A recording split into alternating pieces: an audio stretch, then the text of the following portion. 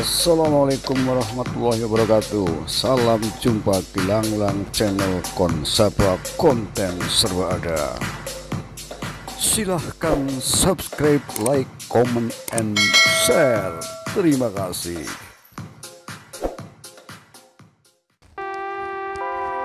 Ain Jalut, memoir pasukan Mongol bertekuk lutut. 25 Ramadan 568 Hijriah, bertepatan dengan 3 September 1260 Masehi, adalah tanggal yang dicatat oleh sejarawan tentang peristiwa besar ini. Satu memori ingatan yang selayaknya selalu kita rawat. Sebuah kemenangan di medan laga Ain Jalut untuk pertama kalinya pasukan Mongol bertekuk lutut. Perang ini dikenal dari nama tempat terjadinya medan laga pertempuran ini. Ain Jalut, sebuah daerah di daerah Nablus, selatan Palestina, menjadi saksi perang besar yang mempertemukan 40.000 pasukan. Masing-masing pihak membawa 20.000 personil pada pertempuran ini. Tamir Badar dalam bukunya Ayyamun La Tunsa, ia menyebutkan bahwa pertempuran ini adalah pertempuran yang sangat menentukan dalam sejarah Islam dan kaum muslimin. Ayyamun La Tunsa, Tamir Badar 185. Ibnu Katsir juga menyebutkan bahwa para ahli sejarah sepakat bahwa pertempuran ini terjadi di 10 terakhir bulan Ramadan yang berlangsung selama 3 hari, dan puncak pertempuran terjadi pada hari Jumat 25 Ramadan 658 Hijriah. Al-Bidayah wa An-Nihayah, Ibnu Katsir 17-399. Pada pertempuran ini kaum muslimin dipimpin oleh Saifuddin Qudus dan panglimanya Ruknuddin Baibars, sedangkan di pihak Mongol dipimpin oleh Kitbuha, salah seorang panglima dari Hulagu Khan, penguasa Mongol untuk wilayah Asia Barat.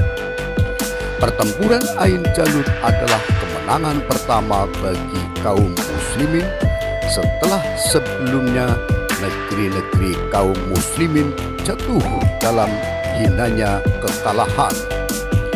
Gelombang ekspansi pasukan Mongol telah membunuh jutaan manusia, bahkan Baghdad harus tunduk menyerah pada tahun 656 Hijriah.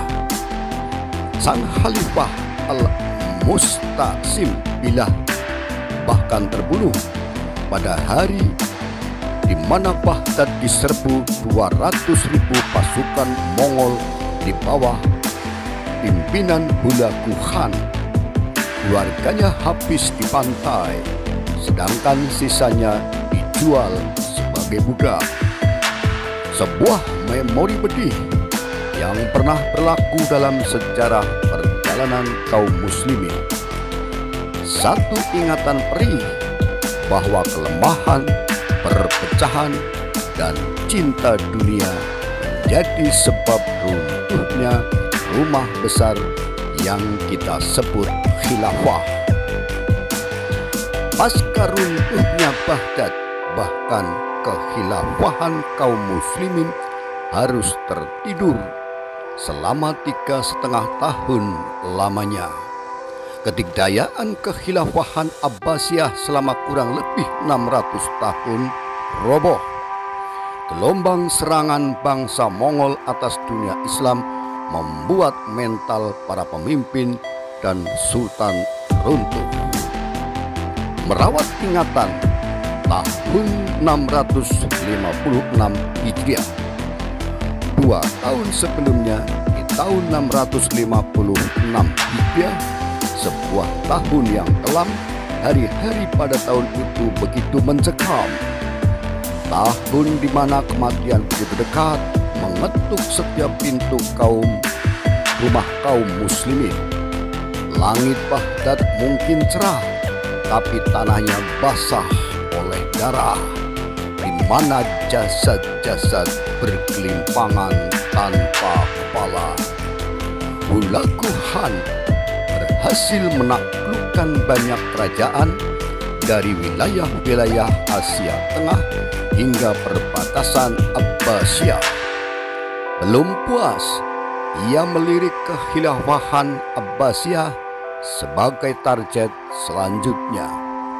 Sudah sejak tahun 649 Hijriah, Hulagu mempersiapkan pasukan dan rencana untuk melumat kekhilafahan kaum muslimin.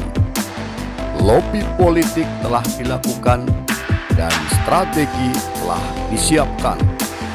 Ia juga menggait raja-raja Nasrani Armenia dan wilayah Syam untuk bekerja sama. Bahkan internal kekhilafahan pun berhasil menjadi pion yang dimanfaatkan. Adalah Ibnu Al-Alqami, seorang Perdana Menteri Syiah yang juga ikut ambil bagian dari rencana besar ini. Ia berperan sebagai mata-mata dan peran strategis lainnya yang banyak memuluskan rencana Hulagu menaklukkan Baghdad. Salah satu peran strategis Ibnu Al-Alqami dalam membantu pasukan Mongol adalah memangkas personil militer kekhilafahan. Ia juga melakukan lobi politik kepada Hulagu untuk menjadikannya wakil Mongol di Irak, dan sebagai gantinya ia akan memuluskan masuknya pasukan Mongol ke Baghdad.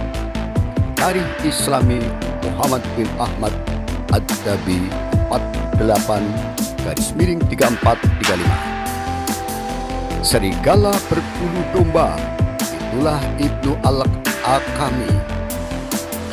Dia juga berperan sebagai negosiator antara Khalifah Al-Musta'sim dengan Hulagu.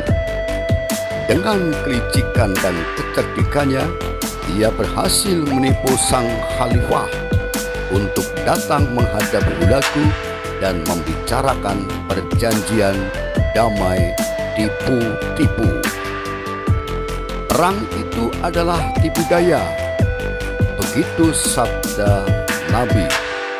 Sayangnya, sang Khalifah dalam episode pahit ini adalah objek dari tipu daya yang dimainkan Hulagu dan Ibnu Al-Alqami. Maka ketika Al-Musta'sim beserta pembesar kekhilafahan berikut keluarga dan para ulama datang ke kemah Hulagu untuk berbincang, namun yang bicara pada kesempatan itu bukan kata-kata, tapi pedang yang memutuskan kepala dari raga. Terjadilah panggung pembantaian. Para pejabat, para ulama, keluarga Khalifah dibunuh di tempat, di hadapan Al-Musta'sim sendiri. Sang Khalifah juga dipaksa menonton bagaimana putra-putra dan cucunya dibunuh di depan matanya, dan Khalifah juga dibunuh sebagai penutup acara. Tarikh Al-Islami Muhammad bin Ahmad Ad-Dahabi 48-36. Pembantaian atas khalifah, para pejabat dan pembesar kekhilafahan adalah mukadimah dari panggung pembantaian yang lebih besar. Karena hari-hari mengerikan bagi Baghdad baru dimulai setelah itu. Para muslimah yang menjaga kesucian dirinya pada hari itu ternoda, hanya sedikit anak-anak yang menjadi yatim dan hanya sedikit muslimah yang menjanda.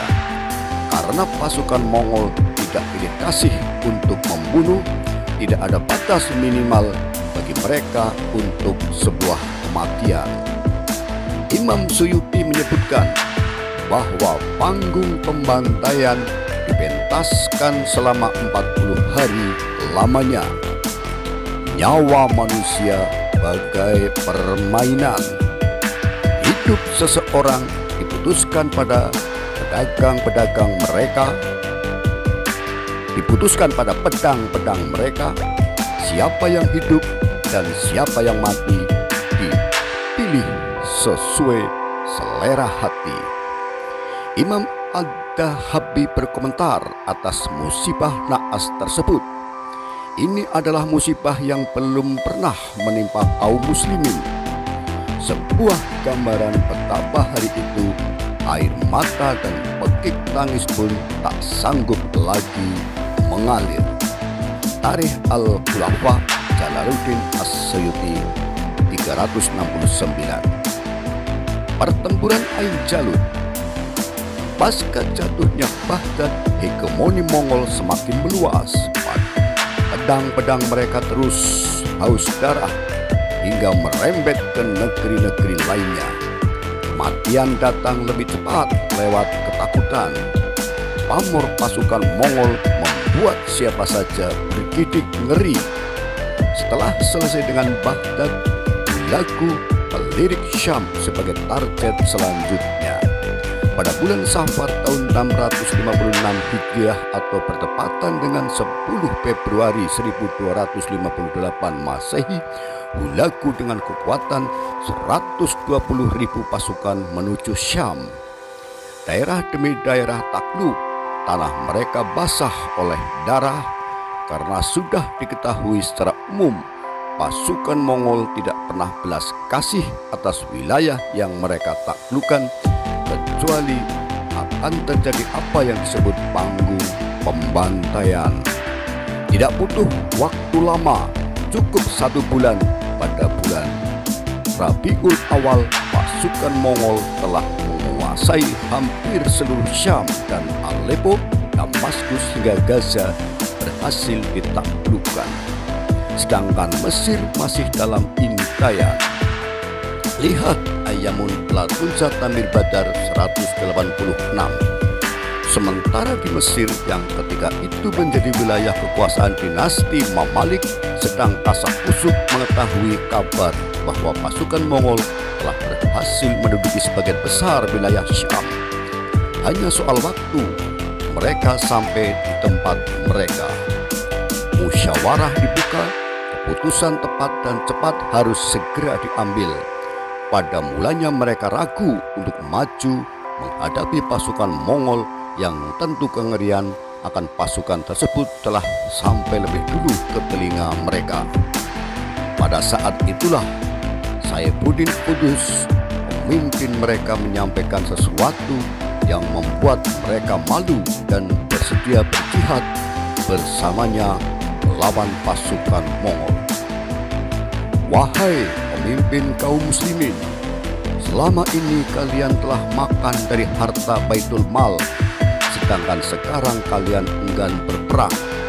Adapun aku akan maju menghadapi mereka, pasukan Mongol. Maka barang siapa yang memilih untuk berjihad, bergabunglah denganku, dan barang siapa yang enggan, silahkan pulang ke rumah. Maka sesungguhnya Allah mengawasi kalian.